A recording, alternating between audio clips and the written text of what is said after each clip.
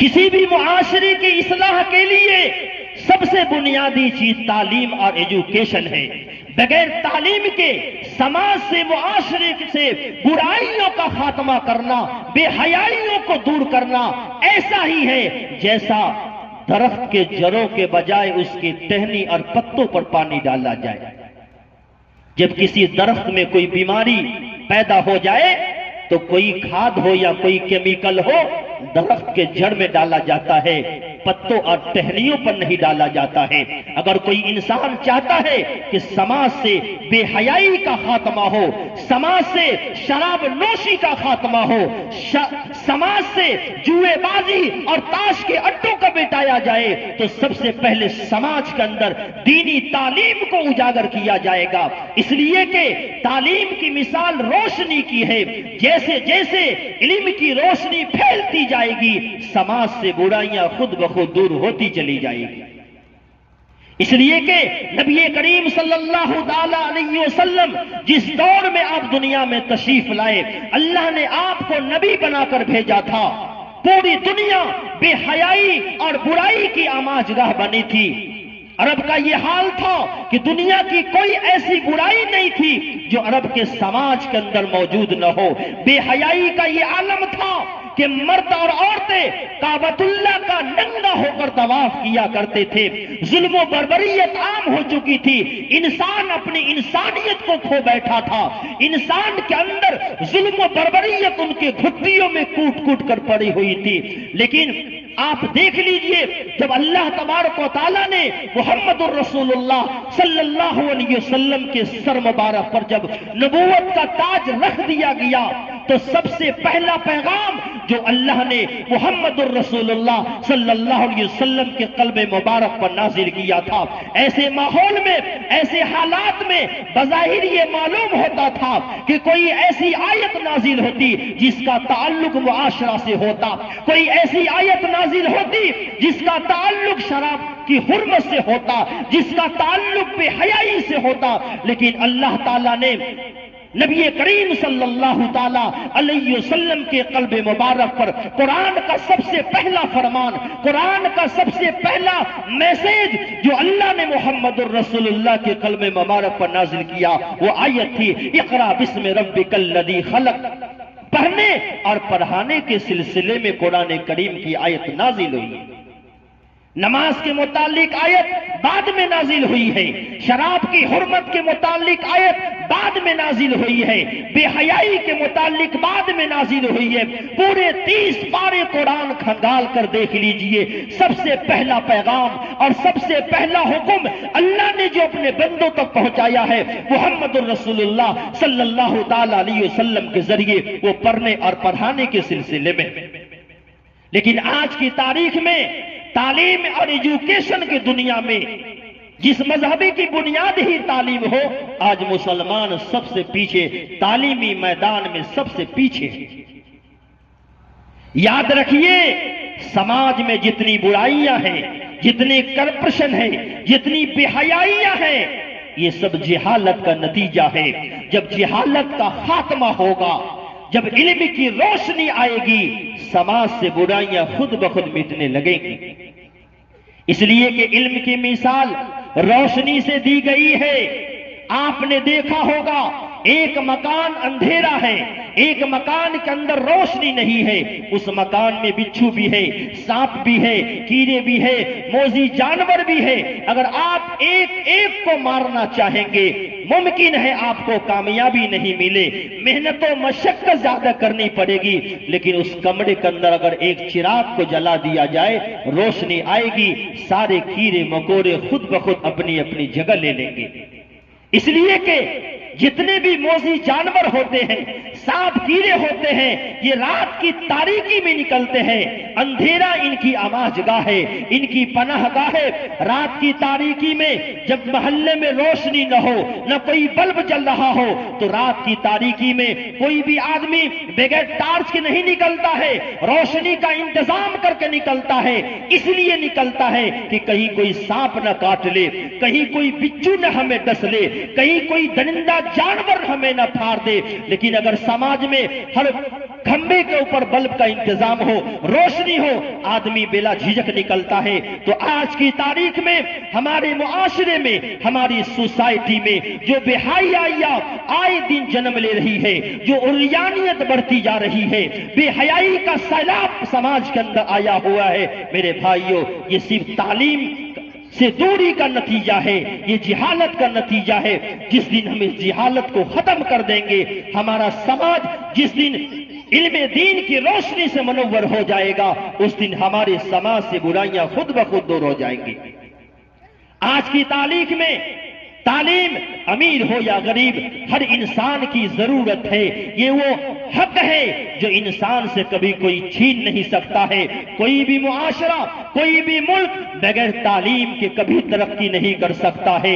اگر ہم سماج میں تعلیم چاہتے ہیں، اپنی نسلوں کی ترقی کو دیکھنا چاہتے ہیں، تو ہمیں تعلیم سے جڑنا ہوگا۔ ایک ٹائم بھوکا رہ کر، ایک ٹائم مزدوری کر کے، معمولی کپڑا پہن کر کے ہمیں اپنی اولاد کی زندگی میں تعلیم کو داخل کرنا ہوگا، تبھی ہماری نسل آگے بڑھ سکتی ہے۔ اس لیے کہ جہاں بارش نہیں ہوتی ہے وہاں کی فصلیں خراب ہوتی ہے، اور جس سماج میں تعلیم نہیں ہوتی ہے وہاں کی نسلیں خراب ہوتی ہے۔ تعلیم کے بغیر ہم اپنی نسل کو بچا نہیں سکتے ہیں، ہم کبھی نہیں بچا سکتے ہیں۔ بے شمار ایسے مقامات ہیں جہاں آج بھی یہ حال ہے کہ لوگ اپنے بچوں پر تو کی تعلیم پر تو پیسہ خرچ کرتے ہیں، انہیں تعلیم دلاتے ہیں، لیکن بیٹیوں کی تعلیم پر لوگ پیسہ خرچ نہیں کرتے۔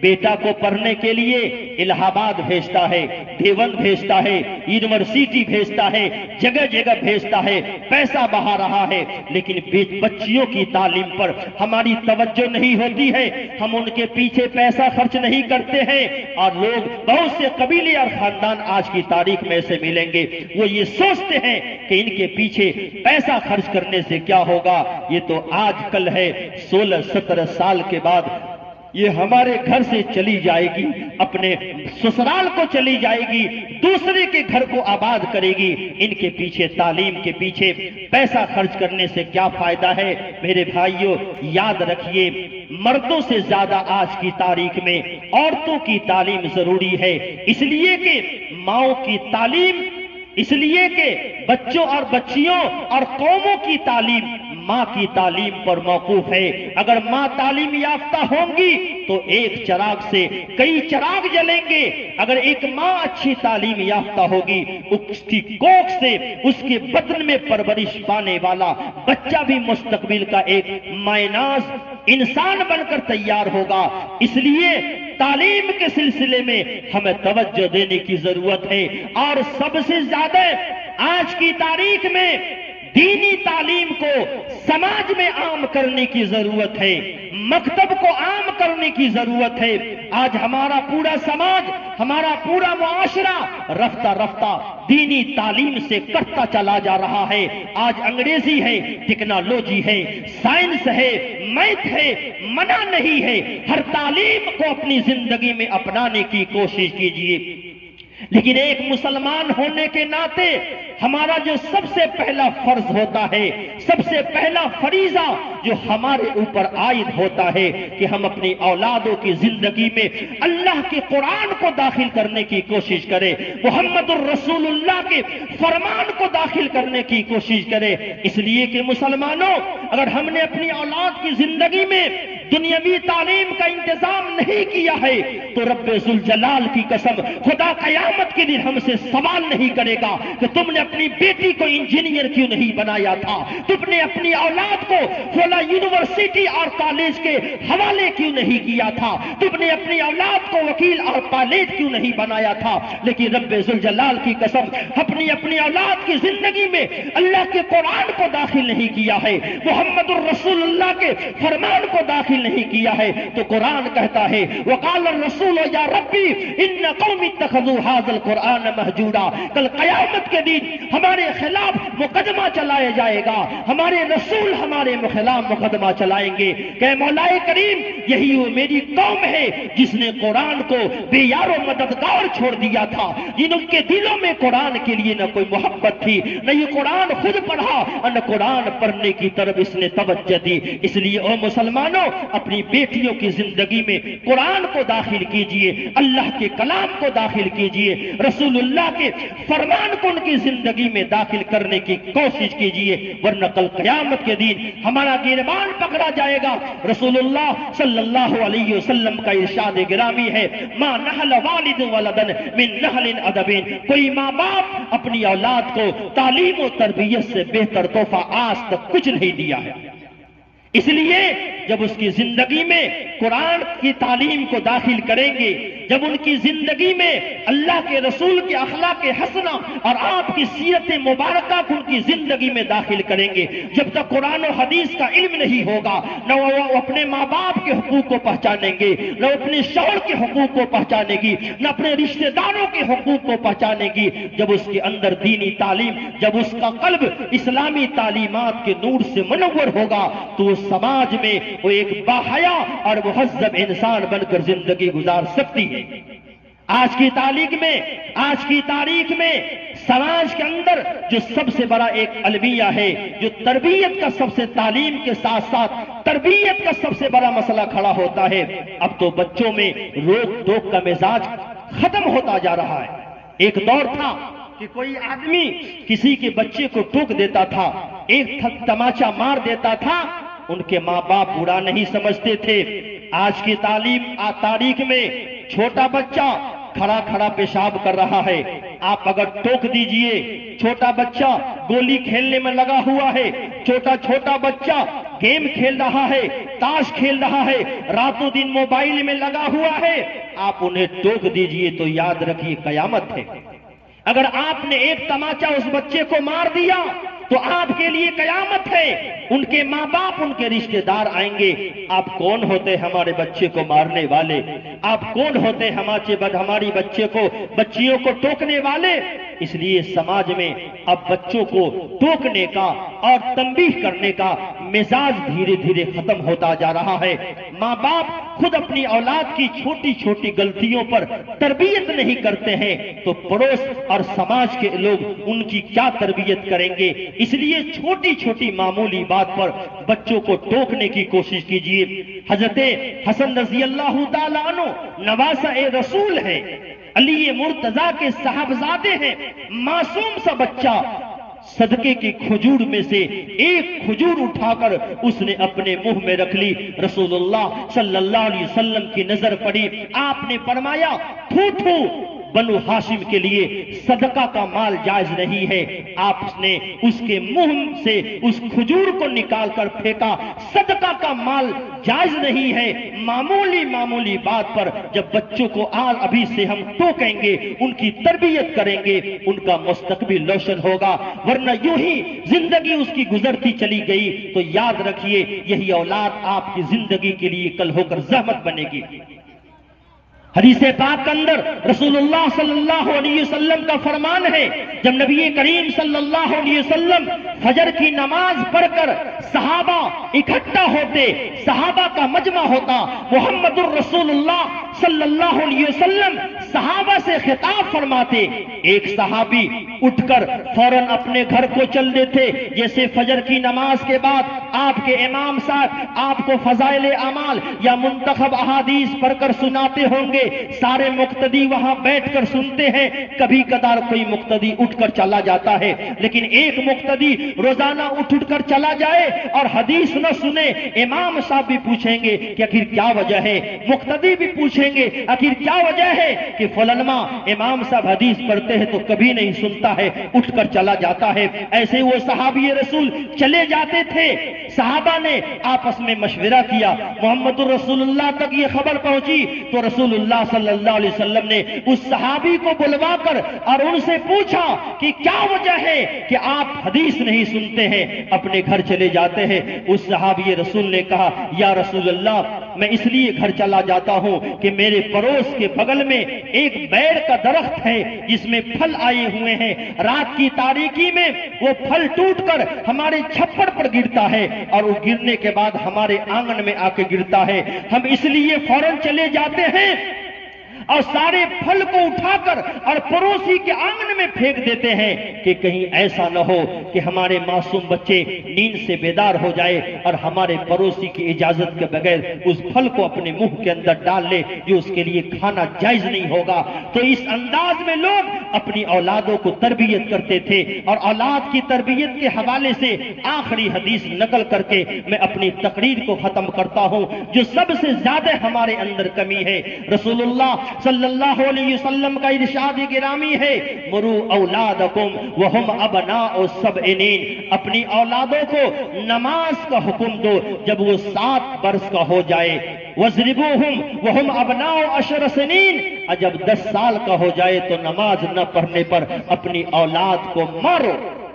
آج کی تاریخ میں کتنے ماں باپ ہیں جو اپنی اولادوں کو دسترخوان پر تو کھانے کے لیے بیٹھاتے ہیں، جب بچہ دسترخوان لگتے وقت غائب ہوتا ہے ماں پکارتی ہے بیٹا کھانا کھا لے، باپ پکارتا ہے بیٹا کھانا کھا لے، جب تک بیٹا نہیں آئے گا باپ لقمہ اپنے حلق کے اندر داخل نہیں کرتا ہے۔ لیکن کتنے ماں باپ ایسے ہیں کہ کبھی تنہائی میں اپنے گھر میں بیٹھ کر اور اپنی بیٹی کو اور اپنے بیٹے سے یہ کہے کہ میاں اللہ کے واسطے ایک نہ ایک دن سب کو مرنا ہے، نماز اسلام کا ایک اہم فریضہ ہے، جو 5 وقت نماز اللہ نے مسلمانوں پر فرض کیا ہے۔ کتنے ماں باپ ایسے ہیں جو اپنی اولادوں کو سنجیدگی کے ساتھ اپنے گھر میں بیٹھا کر یہ نصیحت کرتے ہو کہ بیٹا نماز کی پابندی کیا کرو، ہر چیز ہمیں گوارا ہے، تمہاری ہر غلطی ہمیں گوارا ہے، لیکن تم سے نماز چھوٹ جائے قضا ہو جائے اس پر کوئی کمپرمائز نہیں، کوئی غلطی نہیں، نماز تمہیں ہر حال میں پڑھنی ہوگی۔ اس لیے آج ہمارا بچہ اگر ہمارا کوئی کام نہ کر دے، ہمیں دکان سے کوئی سامان نہ لا دے، بازار سے کوئی سودا نہ لا دے، ہم بچے سے خفا ہو جائیں گے، ہم بچے سے ناراض ہو جاتے ہیں، انہیں ڈانٹتے ہیں۔ لیکن جوان بیٹا 5 وقت اللہ کی مسجد جانے سے انکار کر بیٹھا ہوا ہے، ایک وقت نماز چھوڑا حرام کیا، دوسرے وقت نماز چھوڑا حرام کیا۔ اور مسلمانوں نماز کا چھوڑنا اتنا بڑا حرام ہے کہ بتایا نہیں جا سکتا ہے۔ جس گھر میں 5 نوجوان ہیں اور ایک بھی مسجد میں نہیں جا رہا ہے، جوئے کے اڈے کو آباد کر رکھا ہے، ہوٹل کو آباد کر رکھا ہے، بازار کو آباد کر رکھا ہے، اور اللہ کے گھر کو ہم نے ویران کر رکھا ہے۔ اور مسلمانوں اللہ کے رسول کا فرمان ہے، من سمع منادی الجفا کل الجفا، من سمع منادی اللہ فلا یجیب له۔ اس دنیا میں اس سے بڑی بغاوت اور اس سے بڑا جرم اور کیا ہو سکتا ہے کہ اللہ کا منادی مسجد کے مینار سے آواز لگا رہا ہے، الصلاۃ خیر من النوم، نماز یہ نیند سے بہتر ہے، حی علی الصلاۃ حی علی الفلاح، آؤ نماز اور کامیابی کی طرف آؤ۔ اللہ کا قرآن بھی کہتا ہے، یا ایھا الذین آمنوا اتقوا اللہ، اے ایمان والو اللہ سے ڈرو، حق تقاتہ، جیسا کہ اللہ سے ڈرنے کا حق ہے۔ اور مسلمانوں کیا یہی اللہ سے ڈرنے کا حق ہے کہ اللہ کا منادی ہمیں مسجد کی طرف بلا رہا ہے، اللہ کی کبریائی کی صدا لگا کر ہمیں اللہ اپنے دربار میں بلا رہا ہے۔ اذان ہو چکی ہے، مسلمان شراب کھانے میں بیٹھا ہوا ہے، اذان ہو چکی ہے، مسلمان ہوٹلوں پہ گپ مار رہا ہے، اذان ہو چکی ہے، کسان اپنے کھیت میں لگا ہوا ہے، اذان ہو چکی ہے، ماں بہنیں کھانا پکانے میں لگی ہوئی ہے۔ آج نماز کی اہمیت ہمارے دل سے نکل چکی ہے۔ یاد رکھیے نماز کا مرتبہ اور نماز کا درجہ اسلام کے اندر ایسا ہی ہے جیسا کہ انسان کے جسم کے اندر اس سر کا درجہ ہے۔ اگر سر کو کاٹ کر ہٹا دیا جائے انسان زندہ نہیں رہ سکتا ہے۔ جس مسلمان کی زندگی میں نماز نہیں ہے، حدیث میں لکھا ہے اس کے دین کا کوئی اعتبار نہیں۔ اس لیے مسلمانوں ہم اپنے گھروں میں برکت چاہتے ہیں، ہم اپنی اولادوں کی زندگی میں برکت چاہتے ہیں، ہم اپنے کاروبار میں برکت چاہتے ہیں، ہم اپنی نسل میں برکت چاہتے ہیں، سماج میں برکت چاہتے ہیں، تو سب سے پہلے نماز کو اپنی زندگی میں ہمیں داخل کرنا ہوگا، نماز سے اپنا رشتہ مضبوط کرنا ہوگا۔ کوئی بھی ایسا اگر ہر گھر میں اگر 4-3 افراد ہے، ایک افراد اگر یہ تہیہ کر لے کہ فلاں وقت ہم مسجد میں جائیں گے، فلاں وقت ہم مسجد میں جائیں گے، ہونا تو یہ چاہیے تھا کہ ایک ٹائم کھانا نہ کھائے لیکن اللہ کے سامنے سجدہ کرنے والے بن جائے۔ اس لیے میرے بھائیوں، میں آپ کو یہی پیغام دے کر آج کے اس پروگرام سے جاؤں گا کہ جلسہ آپ نے منعقد کیا ہے، بہت ہی خوبصورت پروگرام کا آپ نے انعقاد کیا ہے، اللہ آپ کو جزائے خیر عطا فرمائے۔ جن لوگوں نے مالی اعتبار سے یا وقت کے جس اعتبار سے اس پروگرام کو یہاں تک پہنچایا ہے اور ہر اعتبار سے قربانی دی ہے، اللہ تعالیٰ ان سب کو جزائے خیر عطا فرمائے اور اس پروگرام کو اللہ تعالیٰ بے حد قبول فرمائے۔ آج ہمارا پیغام آپ حضرات سے یہی ہے کہ اللہ کے واسطے میں آپ سے، تقریریں تو موبائلوں پہ اتنی آ گئی ہیں، رات دن لوگ یوٹیوب پر، فیس بک پر مختلف اچھے اور بڑے جید علماء سے تقاریر سنتے ہیں اور سنتے رہیں گے، لیکن سننا کمال نہیں ہے۔ دل بے اثر ہو تو جذبات سے کچھ نہیں ہوتا، زمین اگر بنجر ہو تو پھر برسات سے کچھ نہیں ہوتا، فضل خداوندی سے جس دن حسن عمل بن جائے گا، چھپر میں بیٹھو گے یارو تو وہ بھی تاج محل بن جائے گا۔ اس لیے ضرورت اس بات کی ہے کہ ہم اپنے اندر اپنے بیوی، اپنے بال بچوں اور اپنے پڑوسیوں، ایک پڑوسی دوسرے پڑوسی کو مسجد تک لانے والا بنے۔ ماں باپ کو چاہیے، شوہر کو چاہیے بیوی کو مصلی پر کھڑا کرے، بیوی نمازی ہے تو شوہر کو نمازی بنانے کی کوشش کرے۔ خدا کی قسم پورے سماج اور پورا معاشرہ کو نماز کے رنگ میں رنگ کر دیکھیے، اللہ تبارک و تعالی سماج میں کیسی خوشحالی پیدا کریں گے، اور آپ کی کمائی میں، آپ کی اولاد میں اور آپ کے گھروں میں اللہ تبارک و تعالی کیسی روزی روٹی اور خوشحالی کا انتظام کریں گے۔ اللہ تبارک و تعالی ہم سبوں کو کہنے سننے سے زیادہ دین کی باتوں کو سمجھ کر اس پر عمل کرنے کی توفیق عطا فرمائے۔ وما علینا الا البلاغ۔